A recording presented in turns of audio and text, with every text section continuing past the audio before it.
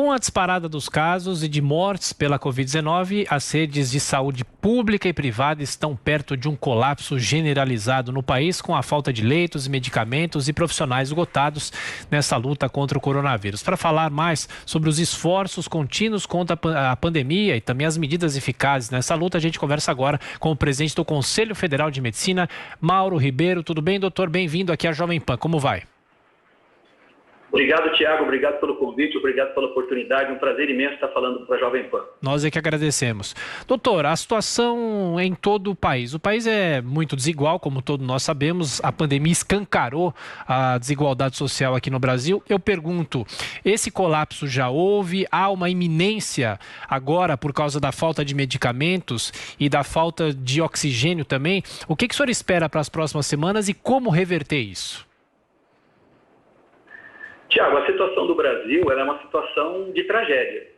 E aqui na minha fala não é uma fala catastrofista. Em 1.500 anos de existência, nós nunca passamos por uma crise sanitária dessa dimensão. E 2, 3 mil pessoas estão morrendo por dia no Brasil. Já são 300 mil mortos em um ano, com 100 mil mortos nos últimos 30, 60 dias. O que não tem como definir que não seja uma tragédia. O grande problema que nós vemos é a politização em torno da pandemia. Essa pandemia, ela não mata no Brasil, essa pandemia, ela mata no mundo. O Brasil, hoje, é o 25º, 24º país em número de mortes por milhão de habitantes.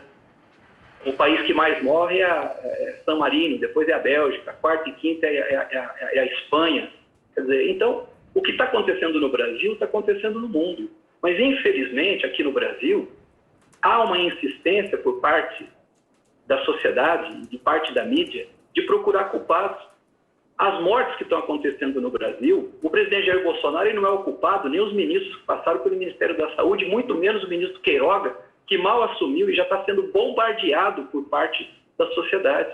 Como as mortes que acontecem em São Paulo não são culpas do governador Dória, muito menos do seu secretário de saúde ou do prefeito Bruno Covas, do secretário de saúde da cidade de São Paulo. Nós temos que entender que para nós vencermos essa batalha contra esse inimigo terrível que é o coronavírus, nós todos temos que estar juntos com o Ministério da Saúde, ministro Queiroga, que é uma pessoa extremamente capacitada para o cargo, ele tem que estar à frente desse processo, junto com o secretário de saúde dos estados, dos municípios, o presidente Jair Bolsonaro, junto com os governadores, junto com os prefeitos, as entidades médicas, as entidades de saúde, enfim, todos. A mídia é muito importante nisso. Nós não podemos ter críticas fraticidas, sempre procurando os culpados para tudo que acontece no Brasil. Então, a única saída que nós vemos no momento, a saída mais plausível, é a vacinação. E o Conselho Federal de Medicina defende veementemente um programa de vacinação em massa no Brasil. E esse programa ele vai acontecer, porque tem muita coisa também a ser comemorada, não ser comemorado, mas a ser enaltecido por parte do governo e por parte do ministro Pazuello, né, que saiu do ministério sobre pesadíssimas críticas. As críticas elas são válidas, nós mesmos criticamos bastante, tanto o ministério quanto o presidente Jair Bolsonaro. Mas nós não procuramos culpados, nós procuramos contribuir com os governos dentro das nossas competências legais. E muitas vezes por isso nós somos taxados de bolsonaristas, de negacionistas, de terraplanistas, faz bobagem. Simplesmente porque o Conselho Federal de Medicina, nós procuramos analisar o que acontece no mundo e o que acontece no Brasil. E procuramos encaminhar junto aos responsáveis sugestões que possam ajudar a população brasileira a vencer esse terrível adversário que nós temos hoje, que é esse Covid-19. Doutor, agora... Só para registrar, Tiago, só para complementar minha resposta, desculpa, é só 10 segundinhos. Nós não temos precedente na história. A única coisa que aconteceu parecida com isso foi há mais de 100 anos atrás, a gripe espanhola, que nós não tivemos impacto no Brasil. Então, em 1.500 anos de existência, é a primeira vez que nós nos deparamos com um inimigo tão poderoso quanto o Covid-19. Temos que estar todos juntos, tentando ajudar as autoridades a vencer esse adversário terrível. Doutor, na sequência, a pergunta de José Maria Trindade. Zé Maria. Pois não, presidente, é inevitável o questionamento sobre o tratamento precoce e medicamentos aí que estão sendo usados por uns e horrorizados por outros, né? Eu sei que a sua ala defende que o ato médico seja validado, ou seja, que o médico é que possa desempenhar o seu papel e indicar ali a cloroquina e outros medicamentos ou não.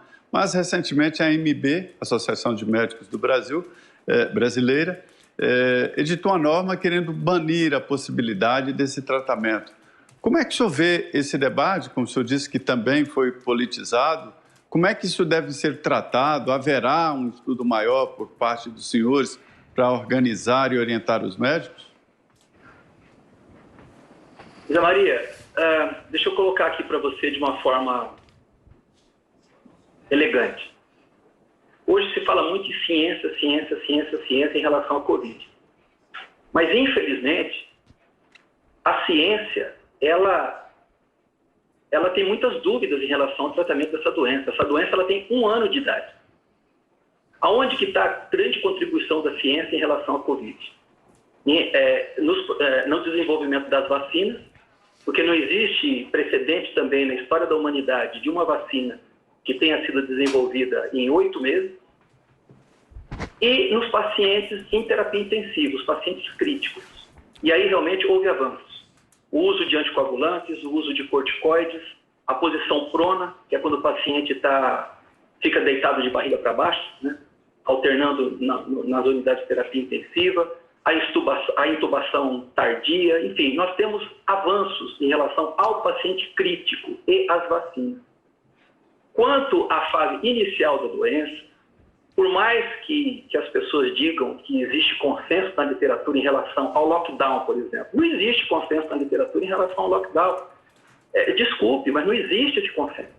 Não existem estudos que provam que o lockdown tem um efeito melhor do que a proteção dos vulneráveis, o uso de máscaras, o distanciamento social, enfim, medidas de restrição, preservando a liberdade das pessoas. Então, o Conselho Federal de Medicina, ele tem uma obrigação legal, Zé.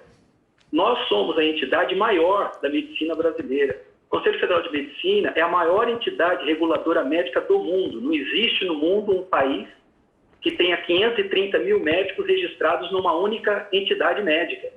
Então, a nossa responsabilidade ela é imensa. Então, não tem nenhuma outra entidade médica no Brasil que seja detentora do saber. Como também não existe nenhuma entidade médica no Brasil que se guie mais pela ciência do que o Conselho Federal de Medicina, até pelas atribuições legais que nós temos. E eu falo com muito respeito. Quando a Associação Médica Brasileira sai com aquele documento que ela saiu ontem, ela tem todo o respeito do Conselho Federal de Medicina. Mas não resta dúvida que a Associação Médica Brasileira ela tenta avançar nas competências legais do Conselho Federal de Medicina. Porque quem tem atribuição legal no Brasil de determinar o que pode ser usado e o que não pode ser usado pela população brasileira, na população brasileira, é o Conselho Federal de Medicina, é uma atribuição legal. É o Conselho... Quando a Associação Médica Brasileira ou as entidades de sociedades de especialidades, elas dão uma opinião sobre um assunto, é uma opinião, é um posicionamento. Mas os médicos não têm que seguir aquilo que eles estão orientando. Posição diferente do Conselho Federal de Medicina, que quando nós orientamos, quando nós fazemos uma resolução, o médico é obrigado a fazer aquilo que nós determinarmos. Então, a responsabilidade, o peso da responsabilidade é completamente diferente nessas situações. E o que nos entristece muito no Brasil é que tem alguns assuntos que são proibidos. Então, quando nós, por exemplo, não é que nós questionamos, nós que temos profissionais contratados por nós, que fazem uma varredura sobre tudo o que acontece na literatura no mundo, todos os dias, com relatórios semanais para nós, para que a gente possa balizar as nossas posições, quando nós questionamos alguma coisa, como, por exemplo, será que o lockdown ele tem efeitos melhores do que medidas restritivas? Nós somos taxados de bolsonaristas, de negacionistas, de terraplanistas. Então, tem certos assuntos que eles não podem ser proibidos. Nós temos que discutir sem a politização que existe no Brasil, que está trazendo tanto mal à população brasileira. Então, em relação ao tratamento precoce, Tiago, desculpa, eu estou me alongando um pouco na resposta. Por favor. Mas em relação ao tratamento precoce, né, quer dizer, o que nós questionamos aqui é o seguinte: essa história de que está estabelecido na literatura que o tratamento precoce não tem efeito na Covid-19 na fase inicial, ela não é verdadeira. Essa argumentação não é verdadeira, porque existem trabalhos que mostram o benefício do uso dessas medicações na fase inicial da doença. E existem outros trabalhos que não mostram nenhum benefício dessas medicações quando utilizadas na fase inicial da doença. Essa é a realidade, essa é a verdade. Nós temos a relação dos trabalhos aqui no Conselho Federal de Medicina, tanto de um lado quanto do outro. Então, qual foi a postura do Conselho Federal de Medicina? A população brasileira nesse assunto, Tiago, ela está dividida. Vamos dizer, nós vamos fazer uma pesquisa agora em relação a isso. Um percentual grande da população brasileira quer ser tratada no tratamento precoce e outros tantos não querem ser tratados no tratamento precoce. Os médicos brasileiros, metade, vamos dizer assim, utiliza o tratamento precoce e metade não utiliza o tratamento precoce. Qual foi a postura do Conselho Federal de Medicina? Se nós falarmos que é para fazer ou não é para fazer, todos terão que seguir aquilo que nós determinarmos.